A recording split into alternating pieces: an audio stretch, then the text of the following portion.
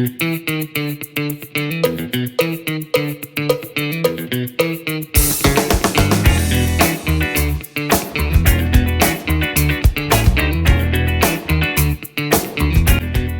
everybody, and welcome to the Living Lighter Show. I am thrilled to have a wonderful guest today, Alisse Bradley, who is the author of Millionaire Feng Shui. We've got a few technical challenges going on today, but we're going to hold this and we're going to intend good things. How are you, Elise? I'm very well, thank you, Sally. I'm just checking. We're going great. We're tapping. I think that's a great idea. Shall we just tap and get through this? I've got so many people who have said that they're so excited about today's show and are going to be joining us later on for the replay. But I wanted to introduce Elise before we start. She has a graduate diploma in natural science and an associate diploma in human science. She and along with qualifications in NLP, timeline therapy, hypnosis, diagnostic astrology. I want to find out a bit more about that. Psychosynthesis, color therapy, traditional and Western Feng Shui. Now, what's lovely about Elise is she's also trained with Bob Proctor, the late Wayne Dyer, Marie Diamond, who is the Feng Shui expert, and Neil Donald Walsh, the author of Conversations with God. And thank you, Elise, for being on the show with us today. I know so many people are really interested to find out more about Feng Shui. Oh, well, that's good. Good. Yeah. Now, I want to start off by just asking, how did you get involved in it? First of all, what is Feng Shui and how did you get involved in it? Well, Feng Shui is basically Feng Shui is a traditional Chinese art, and it's something that's been around for over 4,000 years. So it's a long time technique. And I guess how I got into it, I mean, I'm just listening as you're listening through the things I've studied.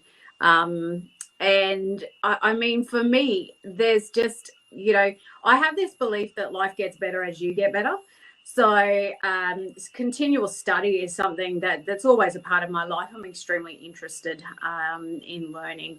And just traveling along the way in business, I've been in business for as long as I can remember. My first business was at 17 years old. We decided to open a clothing shop in Chinchilla, of all places, and learn everything you don't do in business very quickly. So I've always been interested in business, and of course, when you're in business, I mean, the goal is to succeed. The goal is to actually fund yourself, make enough money to keep yourself going, and to and to hopefully prosper in your life. And so I guess just continually studying through what I'm going to call so many Western modalities, trying to improve business. Along my way, I just met some people who had some Eastern philosophies to talk to me about. And I just became interested. So the first, I think it was way back in 2003 or 4, I met with a lovely lady who gave me some techniques that I could utilize to help improve the income in our business. And you know what? I just did it on blind faith. And hello, it worked that year. Our income just increased a lot. I can't even remember whether it was something like close to 5 times what it was. It wasn't very good. So, but 5 times what it was. Wow. And so I thought, heck, that's when I started the journey of figuring out, well, what's in this? Why is it working? What's in this? So that's where I began. Do I think for a lot of people, 2020's been that real change year.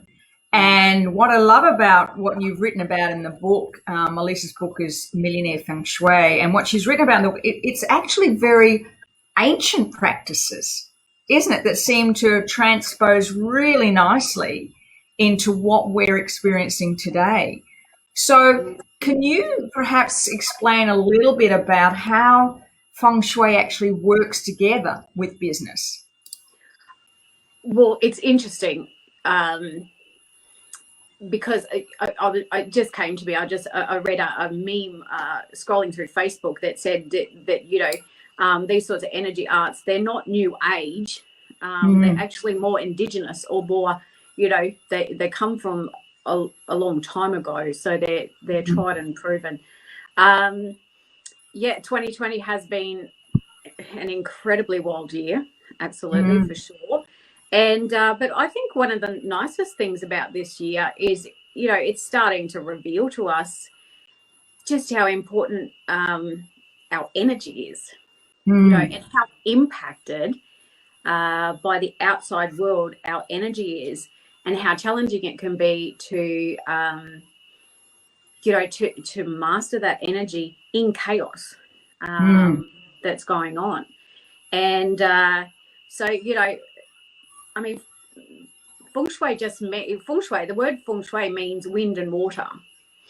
So, when I'm out in the wind, it's always, wind changes things, doesn't it? It moves things around and it changes things. And water's about flow, and, keeping everything on the planet flowing.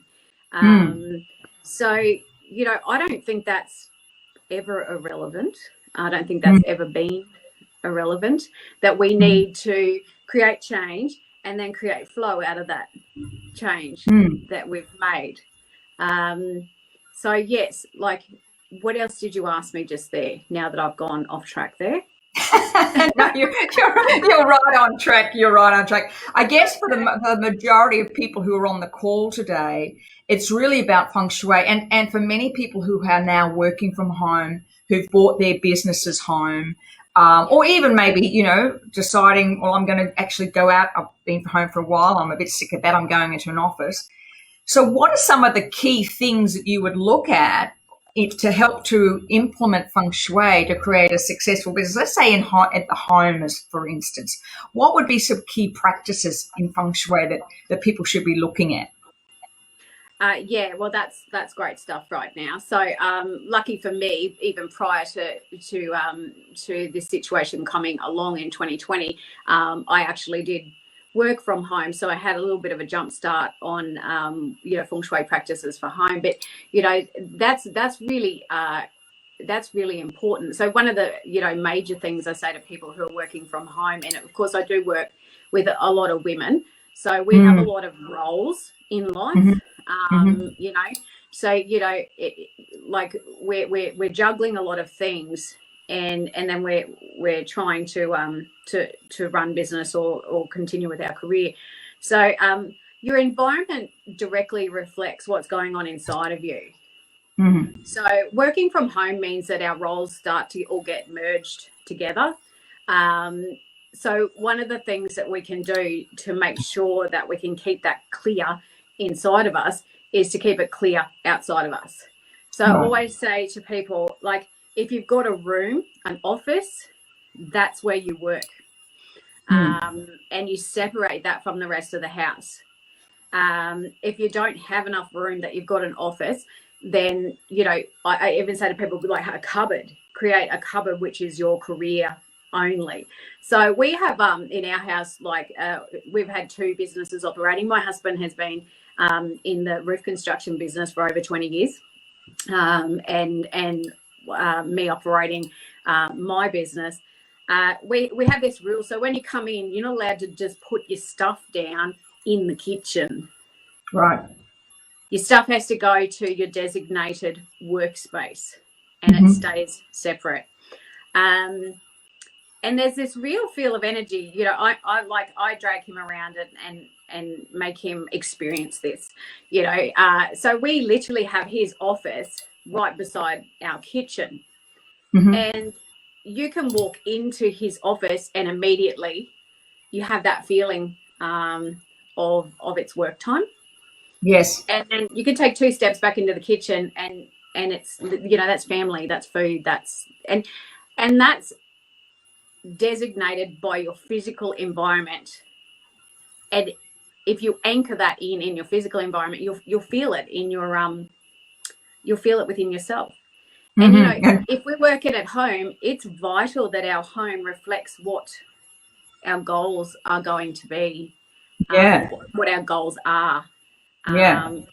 So, you know, the environment we in is just, it's vital that we actually have that in a state that makes us feel good, feel positive, feel strong, feel focused, feel clear on what we're Yeah. doing. Jennifer Hines just commented, no dumping grounds. No dumping grounds. The microwave was one of his favorites, you know, on top of that. Yeah. Like the microwave spot in the kitchen. So it was all filled with his books. So that became a no-no. You weren't allowed to put your books in the microwave groove that's in the kitchen. What's the role of colour in Feng Shui? And in particular, we're talking about business. Yeah. So the first thing that I love about Feng Shui, which, you know, has really helped me in life, is I believe that Feng Shui teaches you to create a comparison of apples to apples. So if you convert everything to energy and understand it as energy, now we're talking apples to apples. So color is energy.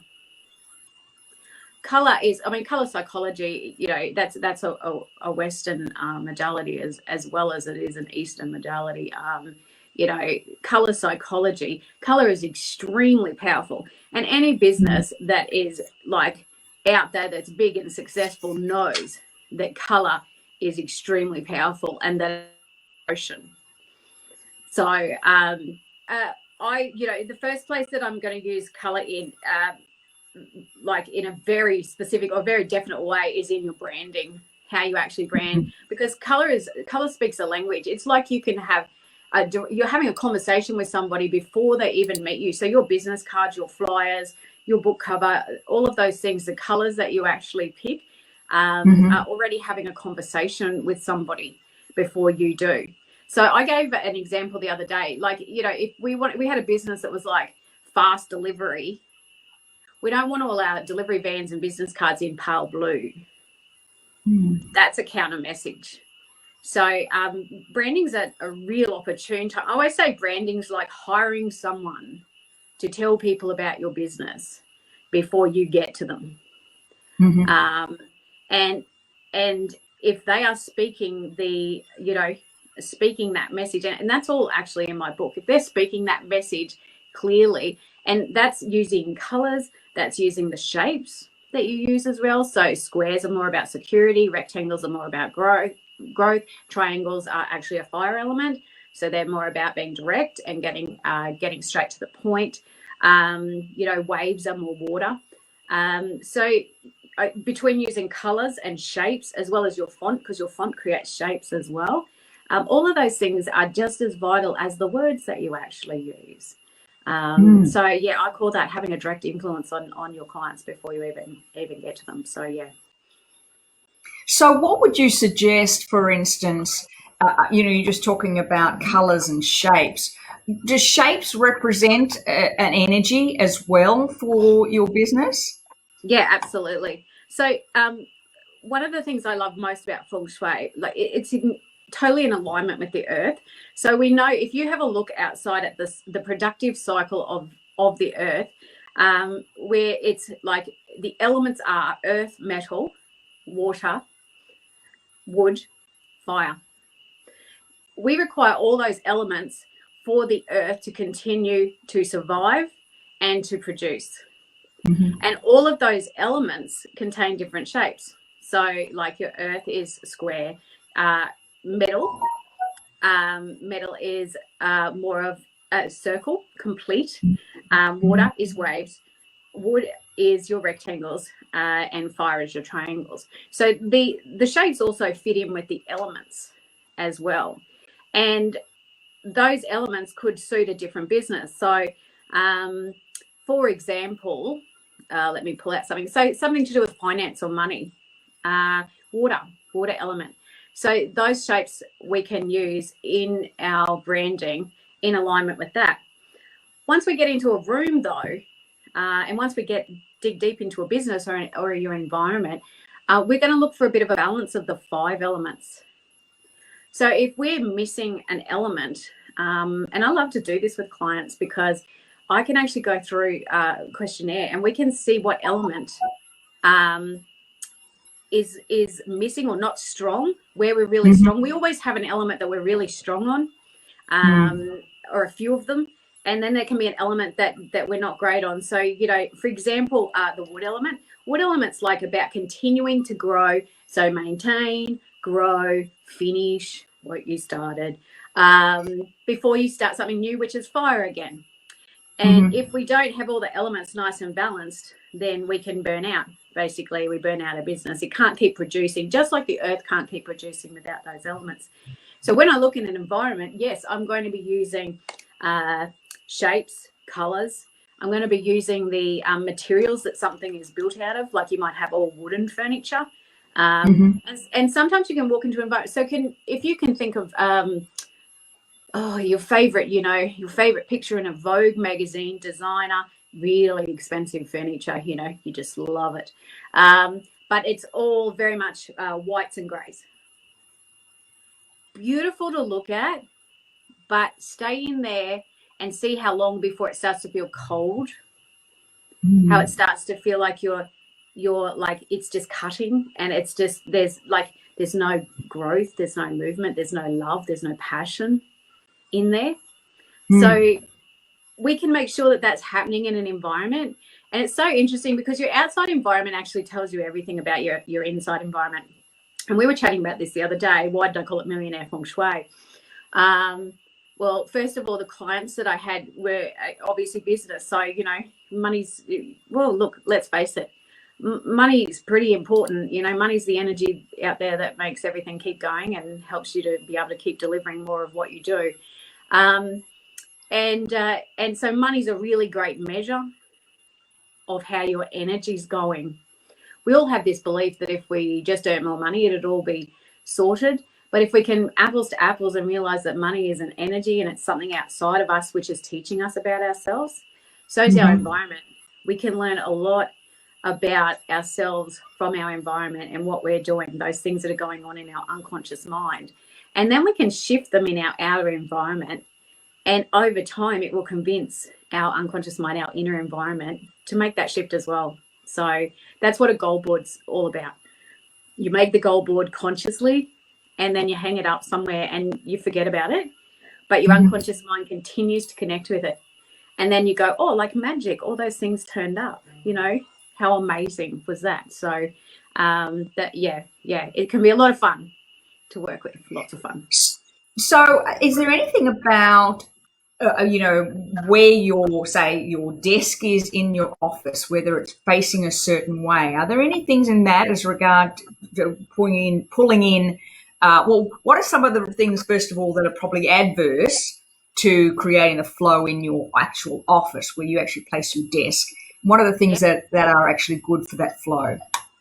Well, you've talked about desks, so we'll go straight there. One of the things you don't want to do is have your back to the door in your seated position. We call that the fear position. The fear position because we can't see who's coming in the door. So we always have within our energy a little bit of edginess because we can't actually see who's coming in the front door.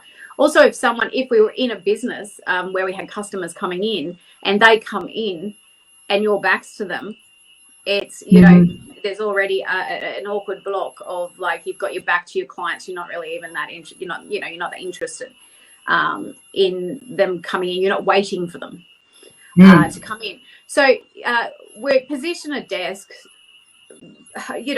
ideally, this doesn't always work.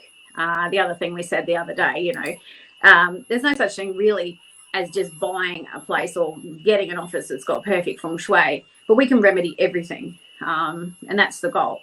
So ideally your desk would be so that you can see the door and anyone coming in, and so that you can see the windows. Sometimes the windows are all behind us. And that's something like, sometimes with the windows all behind us can feel a little unsupported.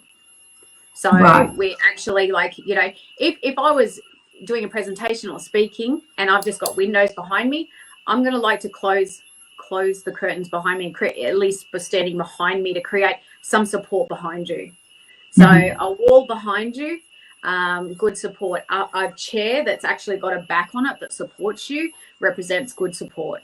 And also you can have a picture of mountains behind you that represents good support, or 3 pictures. So over here I've got 3 pictures behind you. So like that's called 3 mountaintops, and that also creates good support for you, so that you always feel like you've got help, so that you always feel like you have a solid back.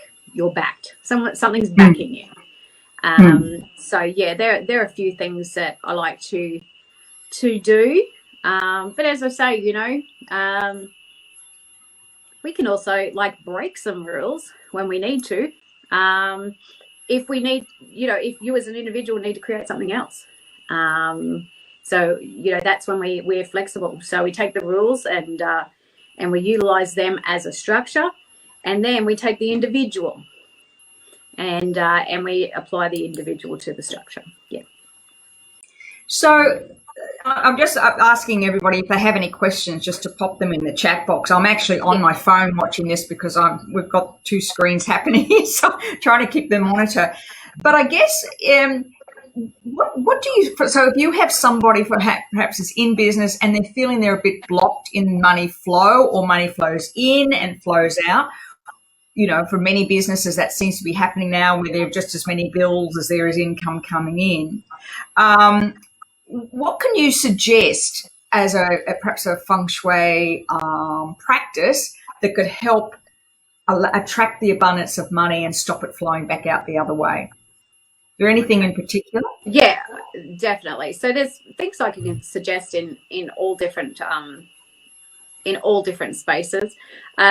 So if we look at your environment, for example, if we're working from home, then your front door is going to be important, even though it's the front door to your home. So the 2 doors now that'll matter. If we're in an office, the 2 doors that'll matter is the front door to your home and the front door to the door to your office. So if we actually have a business that's in a building, it's the front door of that building. That's important. That door needs to be easily found, easily identifiable. You know, if someone's coming to your place or your work or business and they go, oh, I don't really know where to go in, then neither does your money really know where to go in.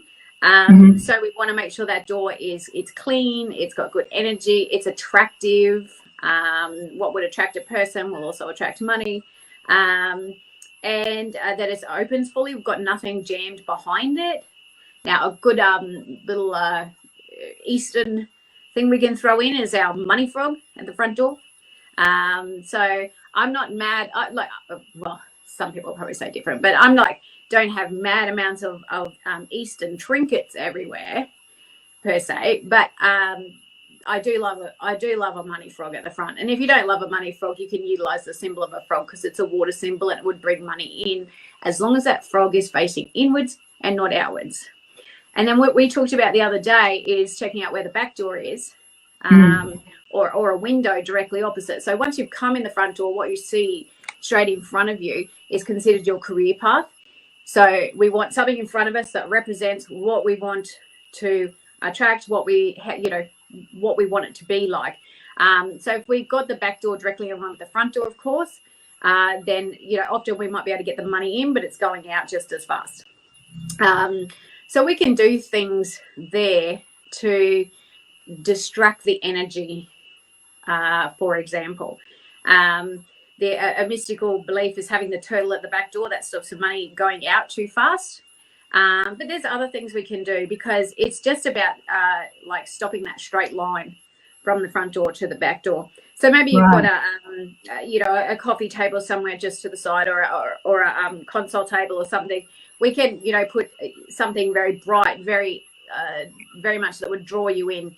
And if it would take your energy to it, it will also take energy to it. That's what I like about it. I mean, I think this stuff's really just common sense. You know, I've worked in Western business for a long time, and the strategies to me really do align with Feng Shui exactly. I mean, it's about systems, it's about organization, it's about having flow. Those sorts of things you achieve in your filing cabinets, don't you? You achieve those in, how your desk is set up, how easy it is to reach your pens, your staplers, that's flow, which in Western business is just called like organization. So I'm looking for flow, but as we've just said, I don't want my flow so fast through the front door and so fast out the back door that, that we don't have time, we want to slow that flow down a little bit. We want to keep some money in the bank. We don't want our bills to outrun our earnings. So yeah. I love the concept of the turtle that just, that slow flow of money out the back door. Yeah. So turtles, in Feng Shui, turtles represent mountains. So, and we're specific. There's certain things that are really specific about placing a mountain. We don't want the mountain directly at the end of the career path, because otherwise we might find that things always feel too hard. But we do want it somewhere there near the turtle, somewhere there near the back door, just to slow things up a bit. But as I say, you can fit this in with any sort of decor. It's not I'm not having a turtle at my back door. I found a really lovely picture that I've got hanging at my back door that is just beautiful, all these colors and that, and it has a tortoise in the actual picture, so that hangs at my back door. And just remember that also, the part your mind plays in this. So you've deliberately put that there. Your mindset you've anchored into that, and you've deliberately put that there with an intention. So you've activated, and that's what I love about Feng Shui. Within your environment, you've activated your mindset. Yes. And then you kind of forget about it, but your unconscious mind remembers, because it's such an incredible theme. And it keeps remembering it and remembering, oh, that's right. That slows down the money from going out the back. Oh, yeah, that's right. So it's almost cheating, Sally. Yes. I don't know why you wouldn't do it. It's just like, it's almost cheating. I love that. We're getting a few hearts and likes there. I really like that analogy, because that's where it makes sense. It's not something that happens outside of you. No. It's like you're anchoring in the belief and so it's almost like you're also going to, like as you just said, it just signifies an intention for you. How else do you, and that's why, that's why I really became drawn to this and thought, wow, this is like the missing, because prior to that, I'd done like a lot of mindset stuff, a lot of these, affirmations and I thought, well, prior to that, Sally, as you know, I was a fitness instructor, so I'd done a lot of physical stuff, shifted physical things around, and that's where I thought, how come all my participants are doing exactly the same thing and getting different results? This is weird. So I started to think, what has their mindset got to do with the exact same program and the exact same actions that everyone's taking?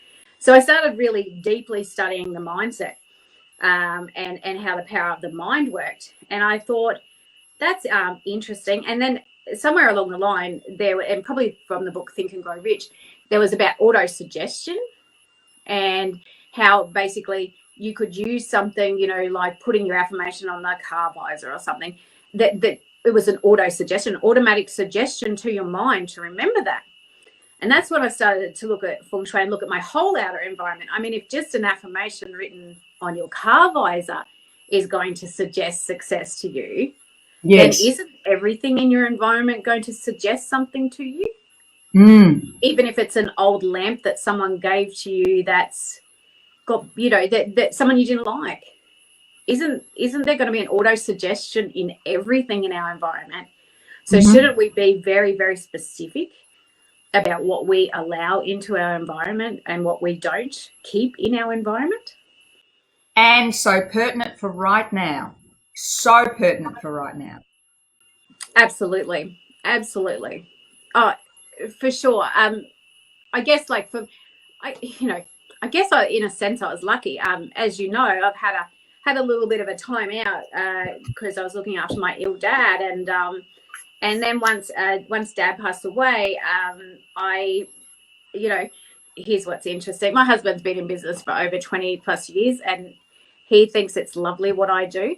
And then he finally said to me, can you come and do for my business what you do for everybody else's? How come you don't do it for mine? Because, Pretty much, because if you know about my husband and I, when we went on our honeymoon, we tried to paddle a dual canoe, and we actually had to go back and get our own. So at the instructor's advice. So that's kind of why I never got in his canoe.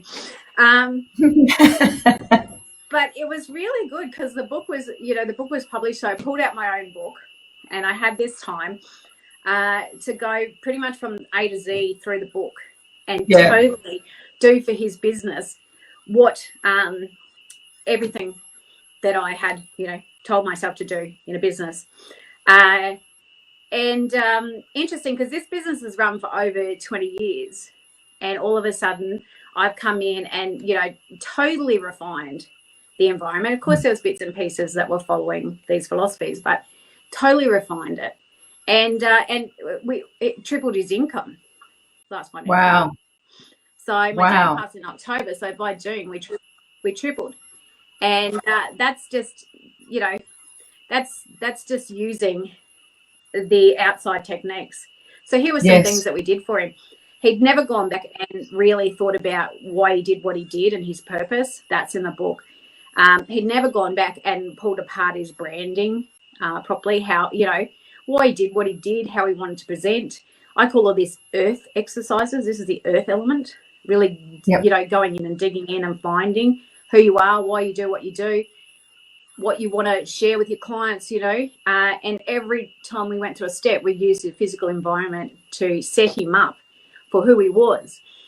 And then we branded it. So 20 plus years, he's been doing fine. There's, no doubt about it. But 20 years, he decides that he'd like a brand. And so we brand him, and all of a sudden everything changes. Everything changed. All these little difficulties he was consistently having, this flow starts to happen. Got his office, like his office flows like crazy, and it didn't before, trust me. And it's just made this world of difference to him. He's all of a sudden, there's a shift in him as well. And there's a shift in his clients. We're gone through this difficult time, and he's backed up, booked out, which is wonderful. And, who knows where that goes, but right now the energy is flowing nicely. And when it isn't, we'll sort that out too when that time comes. So, yeah. Can I just ask you, when you said there a minute ago, his office wasn't flowing, what do you mean by that? My husband's probably one of those, people that thinks that to make income, you produce work. That's it. So we had, once a few of our older children moved out, he took one of their bedrooms. He had a desk, which I did turn to be facing the door. It wasn't originally. And Sally, he just threw, he filed on the floor to the point where he sort of nearly slipped over when he went in to open a window, or there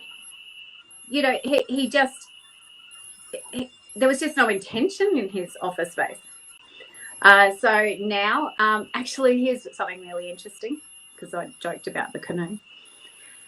He's a real one-man band. One of the challenges, and this is what I mean, you can see people's challenges. He'll be excited that I'm using him as a case study on your show. Just watch it. He'll be, well, what did you talk about me now for? Well, he's a successful business. We all want to know.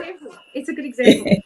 He always too much of if it's to be, it's up to me. One man band.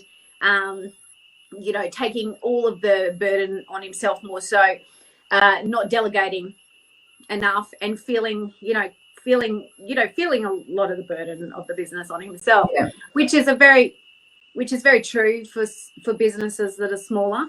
You get a bigger business and you've got experts in your marketing, you've got experts in your managing, but you run your own business. It's like you've got to put your hand in on everything. I certainly was doing my part in it. We were going from office to office, from my office to their office he'd set up. Yep. And once we had the room available, I just thought, I'm going to design this and I'm going to put 2 desks in it. It was actually in his corner, because we can use compass feng shui, and it was in his corner of the house, which is for his energy and his luck. And we put 2 desks in it because and that's where we come back to diagnostic astrology, because my husband has a Libra on his career path, which is about cooperation and relationships with other people.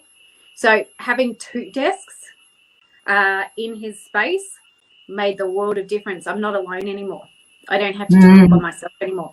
It's no different in what we were doing, but it's different in how it feels and how he feels and the support that he now feels. So yeah, that was one of the things I did, and making sure that, of course, flowed around. My area is a touch smaller, Sally, because we don't want him to feel, controlled. I get it. I just want to let people know. I think he's in charge, I just want to let people know about the book. It's Millionaire Feng Shui by Alisse Bradley. I'm going to put a link up where you can buy the book, but if you want to go to Elise's website, it's www.elisebradley.com. And you can purchase the book there. It's a brilliant book. I pick it up all the time, can I tell you? Whenever I'm thinking about something in my business, maybe there's a block, maybe I want to just create some more flow, I read it all the time. It's a brilliant book. It's so well done and it's so detailed. I just love it. I think it's just the most extraordinary job on it. It's just a terrific book. So I'll put the link up when we're finished, because I said we're having a bit of technical issues and I can't get in there now, but it's Alisse Bradley, ALISSE Bradley.com, and you'll find all about what Elise does and particularly where the book is from. Elise, this has been absolutely fantastic. Just I've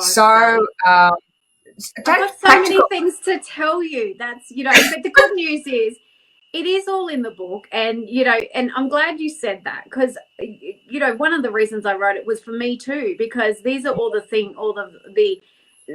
different the information I access all the time, to help my clients and to help myself, and so now it's all in one space, and I hoped it would be a reference book that people could just use and use and use and use and use, and so I think that.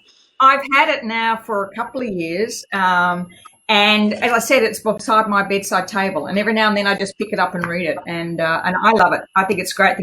It looks beautiful too. I mean, Elise has really picked up the colours in it, and just lovely. And I think if you're thinking about writing a book, or you're thinking about the colours, your logos, it's a great book, and I encourage you to grab a copy of it. And especially now, you and I had a chat this week, where there's so much stuff going on, and there's so much change, and there's so much, we're being pulled out of our reality, that by keeping our vibration up. And I love the way you've explained feng shui. It just makes so much sense. So thank you so much, Elise. It's been just wonderful talking to you like this. And we might get you back on the show in a couple of months and look at some of the other things that you're doing as well. But it's been fantastic. Thank you, everybody, for being on the show today. I will pop a link in our chat box when we're finished, and I look forward to keeping in touch. And again, thank you, Elise. Absolutely brilliant. We just love to have everybody's giving you hearts and love. Before you go,